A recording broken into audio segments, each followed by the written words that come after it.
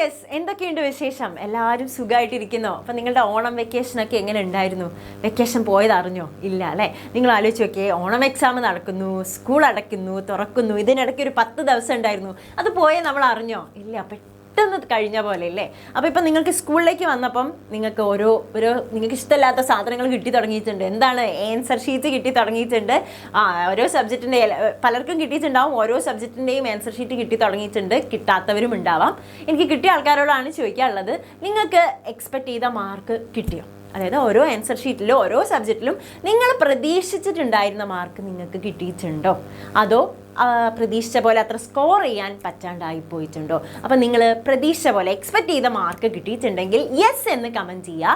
Expect ചെയ്തിട്ടുള്ള mark കിട്ടിയിട്ടില്ല എന്നാണെങ്കിൽ നോ എന്ന് ഒന്ന് താഴെ കമൻറ്റ് ചെയ്യണേ. അപ്പോൾ മക്കളെ, എനിക്ക് നിങ്ങളോട് പറയാനുള്ളത്, നിങ്ങൾക്ക് വിചാരിച്ച മാർക്ക് കിട്ടിയില്ലെങ്കിൽ നിങ്ങൾ ഇനി വിഷമിക്കേണ്ട. കഴിഞ്ഞത് കഴിഞ്ഞു അല്ലേ? നമ്മൾ പഠിച്ച രീതികളിലൊക്കെ എന്തെങ്കിലുമൊക്കെ ഒരു മാറ്റങ്ങൾ വരുത്തേണ്ടതുണ്ട് എന്നുള്ളൊരു തിരിച്ചറിവ് നിങ്ങൾക്ക് കിട്ടിയിട്ടുണ്ടാവുമല്ലോ. അപ്പം മാർക്ക് കുറഞ്ഞു പോയതിനെ കുറിച്ച് ഇനി ഓർത്ത് വിഷമിക്കേണ്ട. ഇനി നമുക്ക് മുന്നിൽ എന്താണ് ഉള്ളത്, ഇനി എങ്ങനെ പഠിക്കണം, ഏത് രീതിയിൽ നമ്മൾ മുന്നോട്ടേക്ക് പോകണം എന്നുള്ളതാണ് ഇനി നമ്മൾ ഫോക്കസ് ചെയ്യേണ്ടത്. കഴിഞ്ഞത് കഴിഞ്ഞു. പക്ഷെ ഒരു കാര്യം, കഴിഞ്ഞതിൽ നിന്ന് നിങ്ങൾ കുറച്ച് കാര്യങ്ങൾ എടുക്കേണ്ടതുണ്ട്. എന്തൊക്കെ മാറ്റങ്ങളാണ് പരീക്ഷയിൽ വന്നിട്ടുള്ളത്, എങ്ങനെയൊക്കെ ഞാൻ പഠിക്കേണ്ടിയിരുന്നു, എങ്ങനെയൊക്കെ ഞാൻ ഉഴപ്പിയത് കൊണ്ടാണ് എനിക്ക് അവിടെ മാർക്ക് പോയത് എന്നുള്ള കാര്യങ്ങൾ എന്ത് ചെയ്യണം, നിങ്ങൾ തിരിച്ചറിയണം.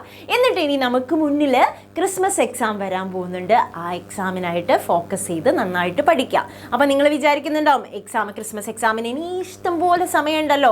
ഈ ഇഷ്ടംപോലെ സമയം നിങ്ങൾ ഈ ഓണം വെക്കേഷൻ ഒന്ന് ഓർത്ത് നോക്കിയാൽ മതി. ഈ വെക്കേഷൻ കഴിഞ്ഞ് ശടപടയെന്നല്ലേ? അതുപോലെ തന്നെ ഈ പോകുന്ന 3 മാസം നിങ്ങൾക്ക് പെട്ടെന്ന് എന്ത് ചെയ്യും, കഴിയും. 3 മാസമൊന്നുമില്ല, കുറച്ച് ദിവസങ്ങളേ ഉള്ളൂ എന്ന് മനസ്സിലങ്ങോട്ട് വിചാരിക്കുക. എന്നിട്ട് പഠിക്കുക. അപ്പം നിങ്ങൾക്ക് ഇതിനിടയിൽ കൂടി ഇനി യൂത്ത് ഫെസ്റ്റിവൽ വരും, സ്പോർട്സ് വരും, ശാസ്ത്രമേള വരും, അങ്ങനെ ഒരുപാട് പ്രോഗ്രാംസ് സ്കൂളിൽ വരുന്നുണ്ടാവും. അതിലൊക്കെ എന്ത് ചെയ്യണം, ഹാപ്പി ആയിട്ട് അതിലൊക്കെ നിങ്ങൾ പാർട്ടിസിപ്പേറ്റ് ചെയ്യണം. അതിൻ്റെ കൂടെ നിങ്ങൾ സ്റ്റഡീസും കൊണ്ടുപോകണം. എങ്ങനെ, പണ്ട് പഠിച്ച രീതിയിലാണോ? അല്ല, പഠനത്തിലൊക്കെ ചെറിയ മാറ്റങ്ങൾ വരുത്തണം. നമുക്ക് ഈ പുതിയ പാറ്റേണൊക്കെ ഒന്ന് നിങ്ങൾക്ക് എന്തായാലും എക്സാം അറ്റൻഡ് ചെയ്തപ്പം ഇപ്പം വന്നിരിക്കുന്ന ക്വസ്റ്റ്യൻസിലേക്കുള്ള പാറ്റേൺ ഒക്കെ മനസ്സിലായല്ലോ. അതേ രീതിയിൽ നിങ്ങൾ എന്ത് ചെയ്യണം, ഇനി പ്ലാൻ ചെയ്തിട്ട് പഠിക്കണം. അപ്പം നമ്മളുടെ ഈ പുതിയ പാറ്റേൺ, ഇപ്പം വന്നിരിക്കുന്ന ക്വസ്റ്റ്യൻസിൻ്റെ പാറ്റേണൊക്കെ എന്ത് ചെയ്യുക, നിങ്ങളൊന്ന് മനസ്സിലാക്കുക, അത് അണ്ടർസ്റ്റാൻഡ് ചെയ്യുക, അത് അഡ്ജസ്റ്റ് ചെയ്തിട്ട് അതിനനുസരിച്ച് നിങ്ങൾ എന്ത് ചെയ്യണം, ഇനി പഠിക്കണം. അപ്പം പാറ്റേൺ പിടികിട്ടിയല്ലോ. നമ്മളൊരു ബൈ ഹാർട്ട് ഇങ്ങനെ കാണാതെ പഠിച്ചത് കൊണ്ട് നമുക്ക് ക്വസ്റ്റ്യൻ എഴുതാനായിട്ട് പറ്റുമോ? ഇല്ല. ക്വസ്റ്റ്യൻ ആൻസർ എഴുതാനായിട്ട് പറ്റുമോ? ഇല്ല. അത് നല്ല രീതിയിൽ എങ്ങനെയാണോ ചോദിച്ചിരിക്കുന്നത് അതേ രീതിയിൽ എക്സ്പ്രസ് ചെയ്യാൻ പറ്റണം, ആൻസർ ഷീറ്റിൽ എക്സ്പ്രസ് ചെയ്യാൻ പറ്റണം. അതിന് വേണ്ടിയിട്ട് നമ്മൾ പ്രാക്ടീസ് ചെയ്യണം. അപ്പോൾ ആദ്യം നമ്മൾ ആ പാറ്റേൺ മനസ്സിലാക്കി അത് അഡ്ജസ്റ്റ് ചെയ്ത് അതിനനുസരിച്ച് മുന്നോട്ട് പോവേണ്ടതുണ്ട്. ഓക്കെ ആണല്ലോ? അങ്ങനെയാണ്. രണ്ടാമത്തെ കാര്യം, നിങ്ങൾ സ്ട്രാറ്റജിക് പ്രാക്ടീസിലേക്ക് കടക്കണം. അതായത് ക്വസ്റ്റ്യൻസ് ഒക്കെ, പുതിയ മോഡലിലുള്ള ക്വസ്റ്റ്യൻസ് ഒക്കെ മാക്സിമം കളക്ട് ചെയ്യുക. അത് കളക്ട് ചെയ്ത് അതൊക്കെ ചെയ്ത് നോക്കുക. അപ്പോൾ അത് വെറുതെ ക്വസ്റ്റ്യൻ വായിച്ചിട്ട് എനിക്ക് പറ്റുന്നുണ്ട്, എനിക്ക് ചെയ്യാൻ പറ്റുന്നുണ്ട്, എനിക്കറിയാം, സിമ്പിളാണ്, അങ്ങനെ വിചാരിക്കാൻ പാടില്ല. ആ ക്വസ്റ്റ്യൻസ് ഒക്കെ എന്ത് ചെയ്യുക, എഴുതി നോക്കുക. ഓരോ ക്വസ്റ്റ്യന് ആൻസേഴ്സ് നിങ്ങൾ തന്നെ അറ്റൻഡ് ചെയ്ത് നോക്കുക.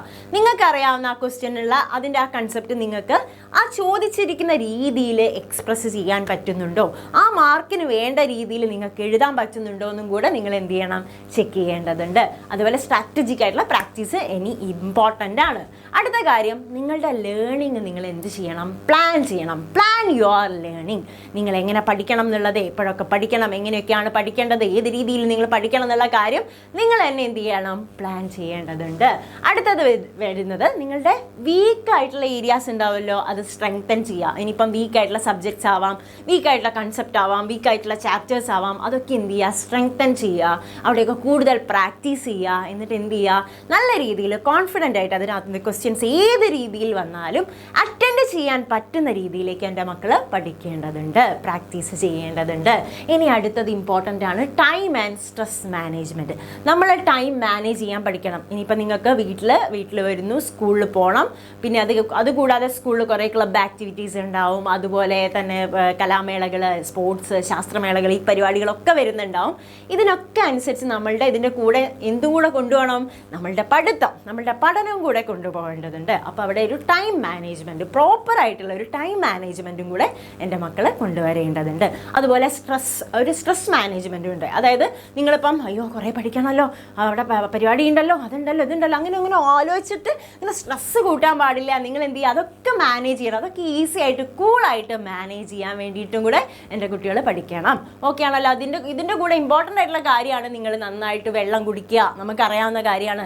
നന്നായിട്ട് ഹൈഡ്രേറ്റഡ് ആയിട്ട് ഇരിക്കുക, നന്നായിട്ട് വെള്ളം കുടിക്കുക. അതേപോലെ തന്നെ ഉറക്കം, നല്ല രീതിയിൽ ഉറക്കം എന്ന് കരുതി 10-12 മണിക്കൂർ ഉറങ്ങുകയല്ല കേട്ടോ. പ്രോപ്പറായിട്ടുള്ള ഒരു 7-8 മണിക്കൂർ എൻ്റെ മക്കൾ ഉറങ്ങുക. അതേപോലെ എന്ത് ചെയ്യുക, നല്ല ഹെൽത്തി ആയിട്ടുള്ള ഫുഡ് കഴിക്കുക. ഫാസ്റ്റ് ഫുഡൊക്കെ എന്ത് ചെയ്യുക, കംപ്ലീറ്റ് ആയിട്ട് അവോയ്ഡ് ചെയ്യുക. എന്നിട്ട് ഹെൽത്തി ആയിട്ടുള്ള ആരോഗ്യകരമായിട്ടുള്ള പോഷകാഹാരങ്ങളൊക്കെ കഴിക്കുക. ഇനി അടുത്ത ഇമ്പോർട്ടൻ്റ് ആയിട്ടുള്ള ഒരു കാര്യം തന്നെയാണ് സ്റ്റേ പോസിറ്റീവ്. എപ്പോഴും എന്ത് ചെയ്യുക, പോസിറ്റീവായിട്ടിരിക്കുക. ചിലപ്പോൾ നമുക്കിപ്പം ഈ കഴിഞ്ഞിരിക്കുന്ന ഈ ഓണം എക്സാമിന് മാർക്ക് കുറഞ്ഞു പോയിട്ടുണ്ടാവാം. അപ്പോഴത്തേക്ക് അയ്യോ നെഗറ്റീവായിട്ട് അത് എടുക്കരുത്, എനിക്ക് മാർക്ക് കുറഞ്ഞു പോയി, എൻ്റെ ഫ്രണ്ടിനൊക്കെ നല്ല മാർക്കുണ്ട്, ഞാൻ പഠിക്കാൻ കൊള്ളില്ലേ എന്നൊക്കെ കരുതി അങ്ങനെയൊക്കെ തെറ്റായിട്ട് കരുതുന്നവരുണ്ടാവും. അപ്പം നമ്മൾ അതിനൊക്കെ എന്തായിട്ട് വിചാരിക്കണം, പോസിറ്റീവായിട്ട് കാണാം. എനിക്ക് മാർക്ക് കുറഞ്ഞു പോയത് എൻ്റെ പഠനത്തിൽ ഞാൻ എന്തോ ഒരു രീതിയിൽ മാറ്റം വന്നതുകൊണ്ടാണ്, അല്ലെങ്കിൽ ഞാൻ പഠിച്ച രീതി ശരിയാവാഞ്ഞതുകൊണ്ടാണ്. അപ്പോൾ ഒരു വീഴ്ച വരുന്നത് നല്ലതാണ്. കാരണം ആ വീഴ്ചയിൽ നിന്നാണല്ലോ അടുത്ത കാര്യങ്ങൾ പഠിക്കുക. അപ്പോൾ എന്ത് ചെയ്യാം, ഇവിടെ എനിക്ക് എന്തൊക്കെയാണ് ഫാൾട്ട് പറ്റിയതെന്ന് മനസ്സിലാക്കിയിട്ട് അടുത്ത എക്സാമിന് നന്നായിട്ട് പെർഫോം ചെയ്താൽ മതി എന്നുള്ള രീതിയിൽ പോസിറ്റീവായിട്ട് വേണം നമ്മൾ എല്ലാത്തിനെയും കാണാൻ. എക്സാമിൻ്റെ കാര്യം മാത്രമല്ല, ലൈഫിൽ എന്ത് വരികയാണെങ്കിലും അതിനെ പോസിറ്റീവായിട്ട് കാണുക. അതേപോലെ എപ്പോഴും പോസിറ്റീവായിട്ടിരിക്കുക, നെഗറ്റീവ് ചിന്തകളെയൊക്കെ ഒഴിവാക്കുക, ഹാപ്പി ആയിട്ട് മക്കളിരിക്കുക. പിന്നെ മക്കളെ നിങ്ങൾ പേടിക്കേണ്ട, നമ്മളുടെ എക്സാമിനർ ഫാമിലി നിങ്ങളെ കൂടെ ഉണ്ടാവും, നമ്മളുടെ ഫുൾ ടീം നിങ്ങളോടൊപ്പം ഉണ്ട്. അപ്പം നമ്മളുടെ സപ്പോർട്ട് നിങ്ങൾക്ക് എപ്പോഴും ഉണ്ടാവും. നിങ്ങളുടെ അടുത്ത് പറയാം, 6ാം ക്ലാസ് മുതൽ +2 വരെ നമുക്ക് എന്തുണ്ട്, ബാച്ചസ് ഉണ്ട്. അപ്പം ബാച്ചുകളിൽ ഈ പുതിയ പാറ്റേൺ അനുസരിച്ചുള്ള ക്ലാസ്സുകൾ ഇനി നടക്കാൻ പോവാണ്. ഇപ്പം കുറച്ച് ദിവസമായിട്ടില്ലായിരുന്നു, ഇനിയിപ്പോൾ ക്ലാസ്സുകളൊക്കെ സ്റ്റാർട്ട് ചെയ്തു. വെക്കേഷൻ കഴിഞ്ഞു, ക്ലാസ്സുകൾ ഇന്നലെ തൊട്ട് സ്റ്റാർട്ട് ചെയ്ത് കഴിഞ്ഞു. അപ്പോൾ മക്കൾ എന്ത് ചെയ്യുക, ബാച്ചിലൊക്കെ ജോയിൻ ചെയ്ത് നമ്മളെ കൂടെ എന്ത് ചെയ്യുക, നമ്മൾ ഫുൾ സപ്പോർട്ട്. അതിനകത്ത് ക്വസ്റ്റ്യൻസ് ആയാലും അതേപോലെ വർക്ക് ഷീറ്റും റെക്കോർഡഡ് ക്ലാസ്സുകളും ഒക്കെ ഉണ്ടാവുന്നതായിരിക്കും.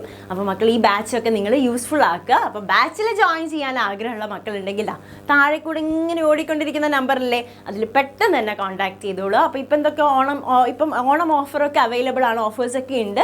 അപ്പോൾ മക്കൾ എന്ത് ചെയ്യുക, പെട്ടെന്ന് തന്നെ ബാച്ചിൽ ജോയിൻ ചെയ്യുക. അപ്പോൾ എന്ത് ചെയ്യുക, നമ്മൾ പറഞ്ഞ പോലെ സ്റ്റേ പോസിറ്റീവ് അല്ലേ, പോസിറ്റീവായിട്ടിരിക്കുക, ഹാപ്പി ആയിട്ടിരിക്കുക. ഓക്കെ.